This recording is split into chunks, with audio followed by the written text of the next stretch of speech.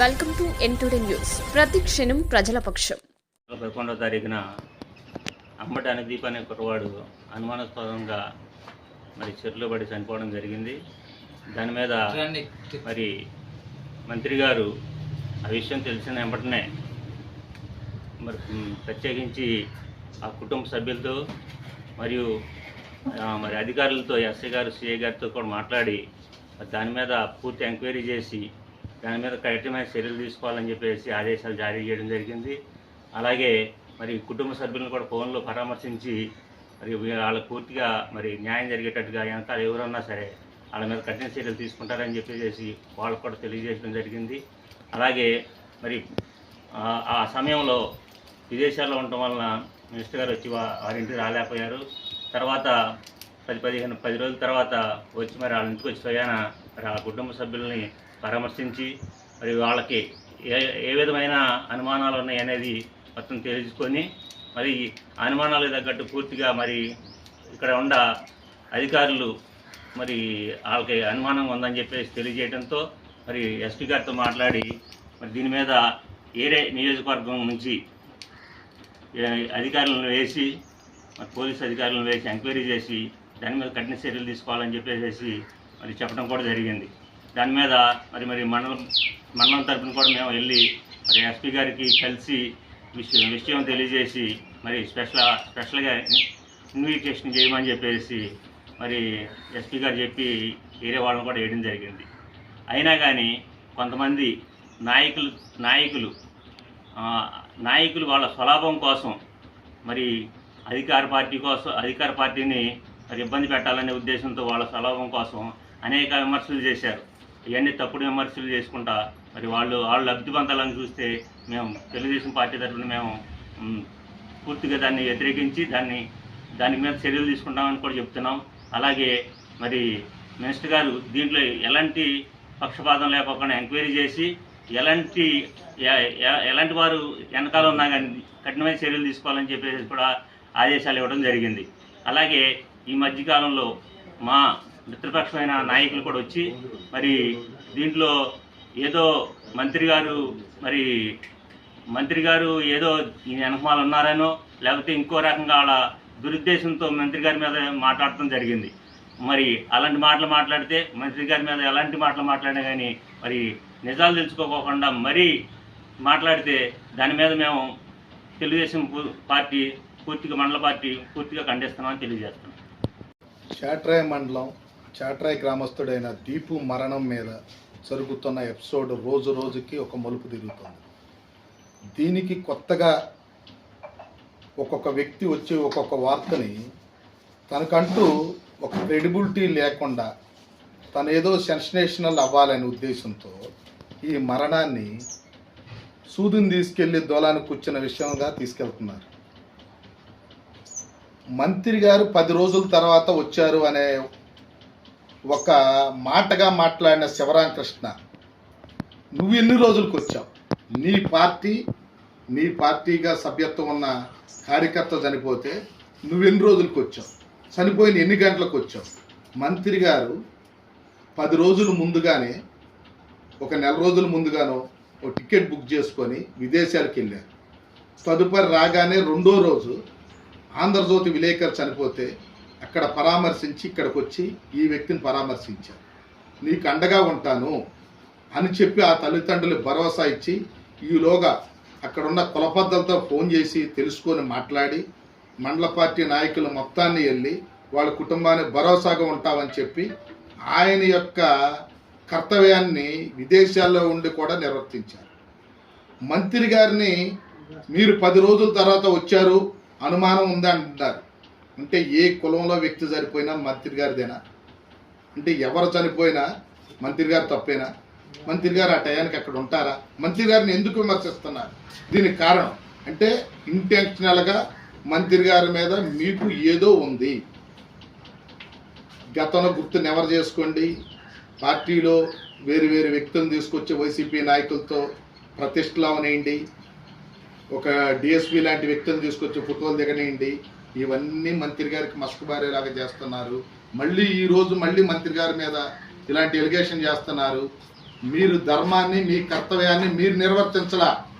మంత్రి గారు అన్నారు, మంత్రి గారు నిజంగా నిలబడి గొలుసు పార్సాద్ గారు ఎస్పీ గారికి లెటర్ ఇచ్చి ఈ ఎస్ఐ కాదు ఏ ఎస్ఐ గారినైనా మీరు మార్చుకోండి, మీకు ఇష్టమైన వ్యక్తిని ఎంచుకోండి, నిష్పక్షపాతంగా ఇది మీరు విచారణ చేసి అన్యాయం జరిగిన వ్యక్తులకి న్యాయం చేయండి అని నిలబడి మాట్లాడారు మంత్రి గారు. మంత్రి గారు కులాలను ఆహ్వాదిస్తున్నారు. ఒక ముసునూరు మండలంలో 40 నుంచి 60 కుటుంబాలు ఉన్న ఒడ్రీలు ఒక ప్రముఖ వ్యక్తి వివాదం ఉంటే కమ్యూనిటీ అనేది చూడకుండా ఒడ్రీలు కులస్తుల తరపున నిలబడి ఆ ఊరు నుంచి పారిపోయిన భయపడిపోయి బయటికి వెళ్ళిన ఒడ్రీలకి మీరు రండి, నేనుంటా, మీ వ్యాపారం మీ పని మీ వృత్తి మీరు చేసుకోండి అని నిలబడ్డారు. అంటే ఒడ్రీలు మంత్రి గారి కులమా? ఎక్కడ ఏది జరిగినా మంత్రి గారిదైనా తప్పు? న్యాయం చేసింది మీకు గుర్తురాదా? తినే ముందల ఇస్తరాకు తిన్నాక ఎంగిలాకు. మీరు ఈ మంత్రి గారిని వాడుకోలేదా? ఈ మంత్రి గారు మీకు ఉపయోగపడలేదా? అంటే మీరు తప్పుని ఎంచితే మంత్రి గారు చెడ్డాడు. ఇంటెన్షనల్గా కులాలను ఆహ్వాదించి పార్టీల మధ్యలో కులాల మధ్యలో విభేదాలు సృష్టించొద్దు. మీకు చనిపోయేళ్ళ మధ్యలో ఏదన్నా కనికరం ఉంటే వాళ్ళకి ఏదన్నా ఉంటే సాయం చేసి నిష్పక్షపాతంగా నిజాన్ని నిగ్గదీర్చి వాళ్ళకి న్యాయం చేద్దాం అందరం కలిసి. అంతేగాని మంత్రి గారు అట్లా మంత్రి గారు ఎట్లా మీరు మాట్లాడే ముందల మీ విజ్ఞప్తి తెలుసుకోండి.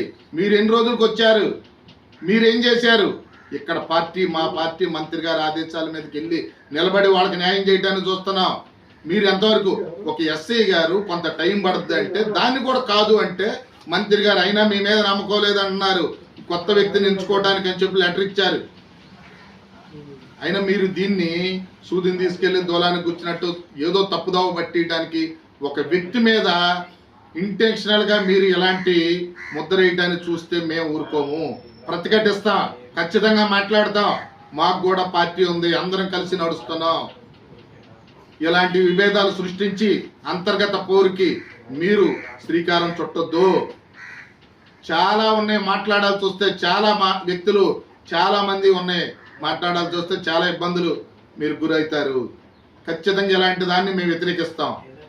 తెలుగుదేశం పార్టీ తరఫున ఉమ్మడి కూటమి పార్టీ తరఫున మేము వ్యతిరేకిస్తున్నాం మీ మాటల్ని. ఇది తప్పు, ఈ మాటలు మీరు వెనక తీసుకోండి. అన్యాయం జరిగిన కుటుంబాన్ని న్యాయం చేయడానికి అందరం ప్రయత్నిద్దాం. అంతేగాని ఏదేదో పూసి వ్యక్తిని మీరు బురద రాసి వ్యక్తుల మీదకి మీరు వెళ్ళి అంటే మేము ఊరుకోం. మాకు కూడా తెలుసు కదా, అభివృద్ధి అనేది కనిపించట్లేదా?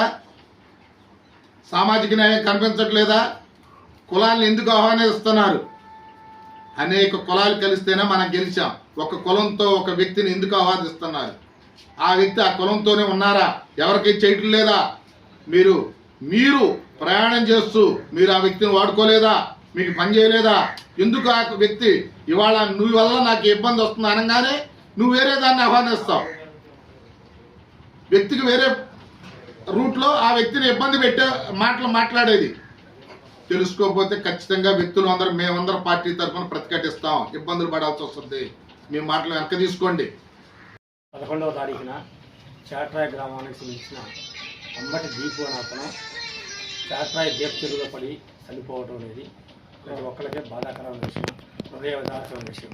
ఆ రోజున చాట్రాయ్ గ్రామంలో నేను పార్టీ పరంగా అక్కడ ఉండి ఆ శవాన్ని చెరువులోంచి తీసిన తర్వాత ఆ రాత్రి 12 గంటలకే బాడీని పోస్ట్ మార్టం దాకా తీసుకెళ్లేదాకా కూడా అక్కడే ఉండి ఆ కుటుంబానికి అండగా ఉండి ఆ కుటుంబానికి వచ్చిన అనుమానాలు ఏవైతే ఉన్నాయో అవన్నీ కూడా ఆ రోజున ఎస్ఐ గారితో ఫోన్లో మాట్లాడి అన్నీ మీరు కలెక్ట్ చేయండి అని చెప్పేసి ఫస్ట్గా మా మంత్రి గారి ఆదేశాల ప్రకారం మేము అక్కడే ఉండి ఆ కార్యక్రమాన్ని నిర్వహించాం. అదేవిధంగా తెల్లారి పొద్దున్నే 11 గంటలకి వాళ్ళందరూ కూడా ఇంకా న్యాయం జరగదేమన్న బాధతోటి భయంతో గ్రామంలో అందరూ కూడా వచ్చి ధర్నా చేస్తే అక్కడికి వెళ్ళి ధర్నా కాడికి వెళ్ళి మనం జరిగిన విషాదకరమైన సంఘటన ఏ అధికారికి వెళ్ళినా ఎక్కడికి వెళ్ళినా సరే ఈ గంటలో తేల్చలేరు కాబట్టి ఒక 2 రోజుల టైము ఎస్ఐ గారు ఇమ్మంటున్నారు కాబట్టి ఒక 2 రోజులు టైం ఇద్దాము. ఇచ్చిన తర్వాత మన మంత్రి గారు వస్తారు, వచ్చిన తర్వాత ఆయన దగ్గరికి వెళ్ళి మాట్లాడి అవసరమైతే ఎస్పీ గారి దగ్గరికి వెళ్దాము. ఎస్పీ గారి దగ్గరికి వెళ్ళి నిజాన్ని రాబట్టే విధంగా తెలుగుదేశం పార్టీ ముందుండదని చెప్పిన మాట వాస్తవం. ఇది అందరికీ తెలిసిన విషయమే, పత్రికల వారికి కూడా తెలిసిన విషయమే. ఆ తదుపరి మంత్రి గారు అక్కడ వేరే దేశంలో ఉండటం వలన వెంపటినే రాలేకపోయారు. ఆయన రాకపోయినా కానీ ఏ సందర్భం అనుకోకుండా ఎక్కడో ఏదో జరుగుద్ది. ఆ టైంలో ఎవరైనా ఉండగలరా? ఇప్పుడు మంత్రి గారిని విమర్శించే శివరామకృష్ణ గారు అయినా సరే అక్కడికి ఉండగలరా? ఏదన్నా ఆ ఊర్లోనే ఒక ఇన్సిడెంట్ జరిగిద్ది, ఆ నిమిషంలో ఉండగలరా? ఆ నిమిషంలో ఉండటం కంటే ముఖ్యం ఏంటయ్యా అంటే ఆ మంత్రి గారు ఇచ్చిన ప్రోత్సాహం ఏంటి, చనిపోయిన కుటుంబానికి ఇచ్చిన భరోసా ఏంటనేది ఆలోచించాలి. ఆయనే మాట్లాడి అక్కడే మన సెంటర్లో ఉన్న తెలుగుదేశం పార్టీ కార్యకర్తలతో మాట్లాడి వాళ్ళందరూ ఇంటికి పంపించి ఆ రోజున ఉన్న ఈ నాయకులు మన వెంకటేశ్వరరావు గారు కానీ మేము కానీ అందరం లక్ష్మణరావు గారు కానీ అందరం ఆ కుటుంబం ఇంటికి వెళ్ళి ఆ కుటుంబానికి ఒక భరోసా ఇచ్చి పార్టీ అండదండగా ఉంటుంది, మీకోసం న్యాయం కోసం తెలుగుదేశం పార్టీ అండగా ఉంటుందని చెప్పేసి మంత్రి గారు పంపిస్తే మేము వచ్చి లక్ష్మణరావు గారు ఫోన్ చేస్తే మంత్రి గారు కూడా మాట్లాడి వాళ్ళ భరోసా ఇచ్చి ఏ విధంగా అయినా సరే మీ కుర్రవాడికి అన్యాయం జరిగితే మాత్రం పూర్తిగా మీకు సపోర్ట్ ఉండి మీ కుర్రవాడు చనిపోవడానికి కారకులైన వారిని శిక్షిస్తామని మంత్రి గారు చెప్పడం వాస్తవం కదా. అదేవిధంగా ఆయన శ్రీలంక వేరే దేశం నుంచి వచ్చిన తెల్లారే ఇక్కడికి వచ్చారు కదా. మీరు ఆ విధంగా ఆలోచించుకోకుండా మిత్రపక్షమైన పార్టీ అని ఆలోచించకుండా నిరంతరం ప్రజల కోసం కష్టపడుతున్న మంత్రి గారి మీద కావాలని మీరు ఇంటెన్సివ్గా విమర్శ చేయడం అనేది చాలా బాధాకరమైన విషయం. శివరామకృష్ణ గారు, మీరు ఒకసారి ఆలోచన ఉండే మనం రాజకీయ జీవితంలో ఇందాక చెప్పినట్టుగా నిమిషం జరిగినప్పటినీ ఎవరు ఉండలేరు, తర్వాత స్పందించడం ముఖ్యం. ఇప్పటికైనా సరే మీ పొరపాటును గ్రహించండి. మంత్రి గారి మీద లేనిపోయిన అపోహలు మాట్లాడటం మీరు మానుకోండి. విజ్ఞత గల రాజకీయంగా మనందరం మిత్రపక్షంలో ఉన్నాం కాబట్టి మీ మీద మేము ఎక్కువ విమర్శించలేకపోతున్నాం. దయచేసి మీరు అర్థం చేసుకోండి, మీరు అర్థం చేసుకోవాలని మేము కోరుకుంటున్నాం. మిమ్మల్ని విమర్శించినా మేము మా పార్టీలో ఒక భాగాన్ని మేము విమర్శిస్తున్నట్టే ఆ ఆలోచన మీకు కలిగే విధంగా ఉంటారని తెలియజేస్తూ భవిష్యత్తులో ఇంకెప్పుడు కూడా మీరు మంత్రి గారిని విమర్శ చేస్తే మీ మీద ప్రతిగా మేమందరం కూడా మా పార్టీ పరంగా మా చాట్రాయ్ మండలం తరఫున మీ మీద కూడా మేము ప్రతిగా అనేక విమర్శలు చేయాల్సిన పరిస్థితి, మీకున్న లోపాల మొత్తాన్ని బహిర్గతంగా ఎత్తి చూపించాల్సిన పరిస్థితి తెచ్చుకోవద్దని మీకు తెలియజేస్తున్నాం. మీడియా మిత్రులకి నమస్కారాలు, అదేవిధంగా పత్రికా విలేకరులు కూడా నా నమస్కారాలు తెలియజేసుకుంటూ ఈ నెల 11వ తారీఖున చాట్రాయిలో అంబటి దీపు మరణించడం, దాని మీద అనేక అనుమానాలు రావటం, ఇవన్నీ కూడా చాట్రాయి మండల నియోజకవర్గ ప్రజలందరికీ కూడా తెలుసు. దాని మీద మంత్రి కొలుసు పార్థసారథి గారు ఈ దేశంలో లేనప్పటికీ మండల పార్టీని మొత్తాన్ని కూడా వారికి దీపు కుటుంబానికి సానుభూతి తెలియజేసి వారికి మన మద్దతు తెలియజేసి జరిగిన సంఘటన మీద నిష్పక్షపాతంగా విచారణ చేసి ఏదైనా జరుగుంటే దోషిని శిక్షించాలని చెప్పి మద్దతు తెలియజేయమని చెప్పడం మీద మండల పార్టీ అధ్యక్షుడు ఆధ్వర్యంలో అందరం కూడా వెళ్ళి మేము మద్దతు తెలియజేయడం జరిగింది. తర్వాత దీన్ని ఒక పార్టీగా మలిస్తే ఇబ్బందులు వస్తాయని చెప్పి వైఎస్ఆర్సీపీకి సంబంధించినటువంటి అగ్రనాయకులు కొంతమంది తెలివిగా కూటమిలో విభేదాలు సృష్టించడానికి ఈ విషయాన్ని పక్కదారి పట్టించి కూటమిలోని కొంతమంది అసంతృప్తివాదుల్ని, కొంతమంది అరాచక మనస్తత్వం ఉన్న వారిని ఉపయోగించుకొని కూటమిలో కానీ ఈ సంఘటన మీద కానీ అనుమానాలు అపోహలు సృష్టించే దానికోసం ప్రయత్నం జరుగుతూ ఉంది. దాంట్లో స్పష్టంగా మొన్న మరీది శివరామకృష్ణ గారు అంబటి దీపు కుటుంబానికి సంఘీభావం తెలియజేయడానికి వచ్చారు, చాలా సంతోషం. అదేవిధంగా ఇంకా జనసేన నాయకులు కూడా వచ్చారు, చాలా సంతోషం. కానీ అంబటి దీపు కుటుంబానికి పరామర్శించడానికి వచ్చినటువంటి వారికి ఏ విధంగా న్యాయం చేయాలో అడగకపోగా మా మంత్రి గారైనటువంటి కొలుసు పార్థసారథి గారి మీద అనుచిత వ్యాఖ్యలు, విషయాన్ని ఆయన మీద మళ్లించే విధంగా మాట్లాడినటువంటి తీరు మరీదు శివరామకృష్ణకి అసలు మర్యాద అనేదే తెలియదని చెప్పి మేము భావిస్తూ ఉన్నాం. ఎందుకంటే నువ్వు కూటమిలో ఉన్నావు, జరిగిన సంఘటన ఖచ్చితంగా అందరూ ఖండించి మద్దతు తెలియజేసి విషయాన్ని బహిర్గతం చేయడానికి ప్రయత్నం చేయవలసిందే. ఆ ప్రయత్నంలో కూడా మేము కూడా తెలుగుదేశం పార్టీ కానీ ఇంకా జనసేన సోదరులు కానీ ఉన్నారు. ఈ విషయాన్ని తెలియకుండా మీరు మాట్లాడిన మాట ముఖ్యంగా ఒకదానికి నేను సమాధానం అడగదలుచుకున్నాను. మంత్రి గారు ఈ దేశంలో లేక 11వ రోజున వచ్చారు. ఈ దేశంలోనే, ఈ నియోజకవర్గంలోనే, ఇక్కడ నూజివేడు రూరల్ మండలం అయినటువంటి రావిచర్ల గ్రామం ఇది. రావిచర్ల గ్రామం నుంచి అంబటి దీపు గారి కుటుంబాన్ని పరామర్శించడానికి చాట్రాయి రావడానికి పాపం తమరికి 9 రోజులు పట్టింది. మీ ప్రయాణ కాలం 9 రోజులు. మీరు వచ్చిన తెల్లారి మంత్రి గారు వచ్చారు విదేశాల నుంచి. మళ్ళీ ఆ తెల్లారి వెళ్ళి మీరు మాట్లాడినటువంటి అమర్యాదకరమైనటువంటి భాషని వెనక్కి తీసుకోమని చెప్పి, ఏ రాజకీయ పార్టీ అయినా సరే, ఏ రాజకీయ పార్టీలో ఉన్నటువంటి నాయకుడైనా సరే ముందుకెళ్ళాలి, ఎదగాలి అంటే అన్ని కులాలని కలుపుకొని, అన్ని కులాలకి న్యాయం చేస్తూ, అన్ని కులాల మీద చక్కగా మనం ఒక సఖ్యత ఏర్పరచుకొని వెళ్తేనే అట్లా రాజకీయాల్లో ముందుకెళ్తారు తప్ప మీకులాగా కుల విభేదాలు సృష్టించి కూటమిలో ఉన్నటువంటి పార్టీల మధ్య అనైక్యతకు దారితీసేటువంటి భాష మాట్లాడి విభేదాలు పెట్టాలనేటువంటి మీ కుటిల ప్రయత్నం జనసేనలోనే మిమ్మల్ని వ్యతిరేకిస్తా ఉన్నటువంటి విషయాన్ని మేము మాట్లాడుతూ ఉన్నాం. ఎందుకు మాట్లాడుతున్నాం అంటే, జనసేన జెండా మీద ఉచ్చబోసినటువంటి వ్యక్తిని నువ్వు పక్కనేసుకొని కార్యక్రమాలు చేస్తున్నావని అదే జనసేనలో నాయకులు ఆరోపిస్తూ ఉన్నారు. ఈ రోజుకి నీ దగ్గర సమాధానం లేదు. అది మాకు అనవసరమైనా ఈ రోజున కూటమిలో నువ్వు విభేదాలు పెట్టడానికి చూస్తున్నావు కాబట్టి ఈ విషయాన్ని ప్రస్తావించక మానక తప్పట్లేదు. మరి ఇది శివరామకృష్ణ గారు, నువ్వు జనసేన అభివృద్ధిని కూడా కోరుకోవట్లేదని, నువ్వు కూటమి ఐక్యతను కోరుకోవట్లేదని, వీలుంటే విభేదాలు సృష్టించి వైసీపీకి సహకారం అందించడానికి నువ్వు కొంతమందికి లొంగిపోయావని చెప్పి మేము సూటిగా ఆరోపణ చేస్తా ఉన్నాం. దానికి మా సోదరులైనటువంటి జనసేన నాయకులకు కూడా ఆ జెండా మీద వచ్చబోసిన నువ్వు ప్రోత్సహించిన విధానానికి సమాధానం చెప్పాలని, జనసేన మేము సోదర భావంతో 15 సంవత్సరాలు కలిసి ఉంటామని చెప్పి పవన్ కళ్యాణ్ గారు ప్రకటించిన దాని మీద పవన్ కళ్యాణ్ గారు ఈరోజు కూటమిలో పెద్దన్నగా ఉన్నటువంటి పవన్ కళ్యాణ్ గారిని మేము గౌరవిస్తూ ఆ పార్టీలో చేస్తున్నటువంటి నీ తప్పుడు విధానాల మీద మేము ప్రశ్నిస్తూ ఉన్నాం. దీనికి సమాధానం చెప్పాలని కోరుకుంటా ఉన్నాం.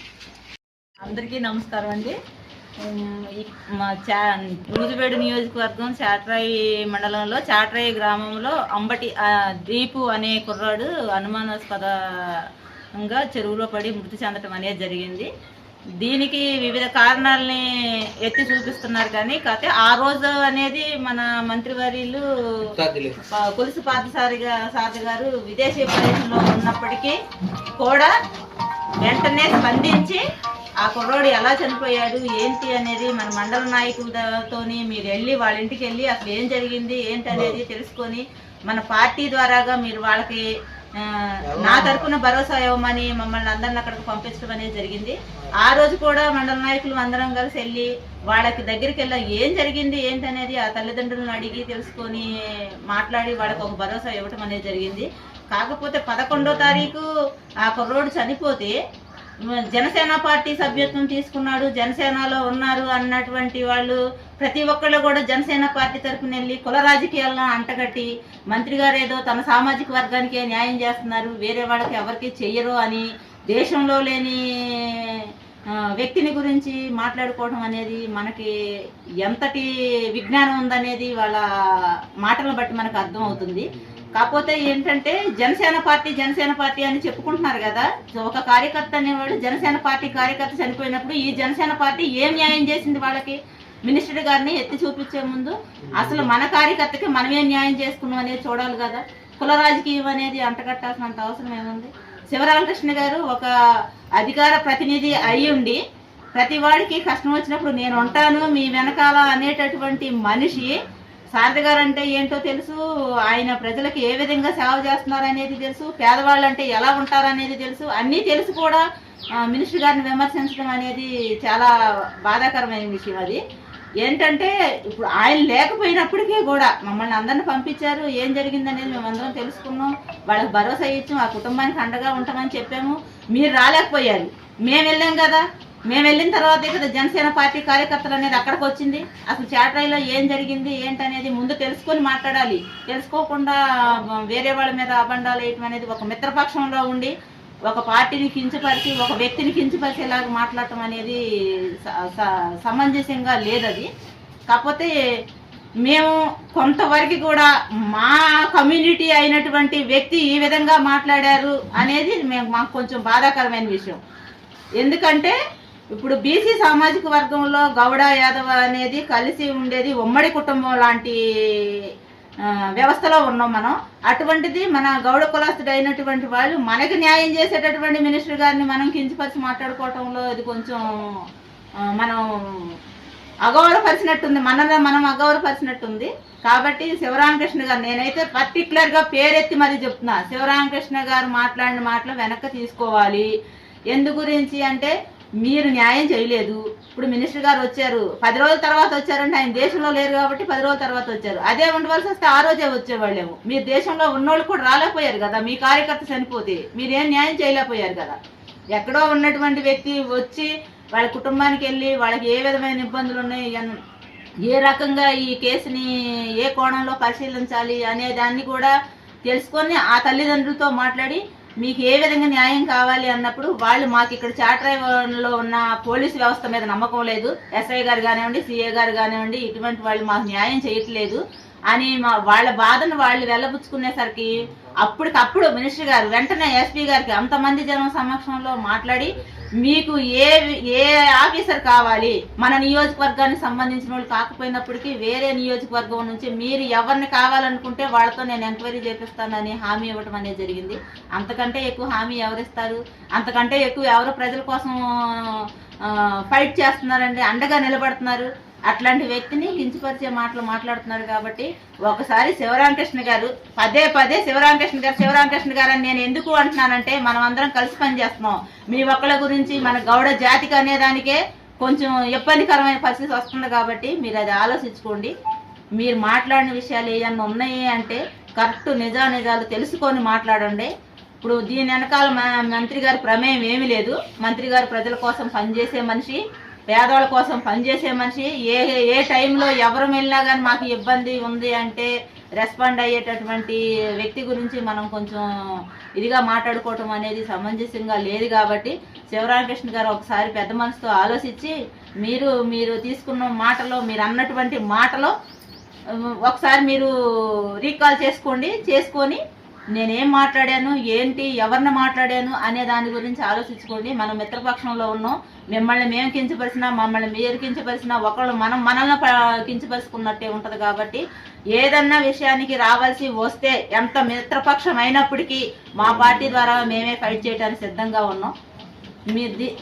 మా పార్టీ తరఫున మేము ఫైట్ చేస్తాము, సిద్ధంగా ఉన్నాం. కులం అని చూడడం, లేదంటే వేరేదని ఏది చూడడం. దాన్ని మీరు దృష్టిలో పెట్టుకొని కొంచెం మర్యాదపూర్వకంగా నడుచుకుంటే బాగుంటుంది అనేది మా చాట్రాయి మండల గౌడ సోదరుల తరపున నేను మీకు చెప్పడం అనేది జరుగుతుందండి. శివరామకృష్ణ గారు, ఒక్కసారి మీరు అన్నీ ఆలోచించుకోండి. కులాలు అనేది, కుల రాజకీయాలు అనేది మాత్రం తేమాకండి. 1-2 సార్లు మీకు చెప్తున్నాం. మనం అందరం మిత్రపక్షం, ఒక పార్టీ కోసం పనిచేస్తున్నాం. అందరం కలిస్తేనే ఇవాళ మన గవర్నమెంట్ ఫామ్ అయ్యింది. అందరం కలిసి ఉంటేనే ముందు కూడా మన భవిష్యత్తు బాగుంటుంది. కాబట్టి మీకు చెప్పే విషయం ఇది ఒకటేనండి. మీరు మాట్లాడిన మాటలు ఒకసారి ఆలోచించుకొని ఏం మాట్లాడాము ఏంటి అనేది చూడండి. మీ వల్ల ఏమన్నా ఆ కుటుంబానికి న్యాయం జరిగిద్ది అనుకుంటే న్యాయం చేయండి, లేదంటే మా మినిస్టర్ గారి ద్వారా న్యాయం జరుగుద్దని మేము అనుకుంటున్నాం. మా తెలుగుదేశం పార్టీ, మా మినిస్టర్ గారు ఎవరికైనా న్యాయం చేస్తారని అనుకుంటున్నాం. కాబట్టి అది జరుగుద్దండి.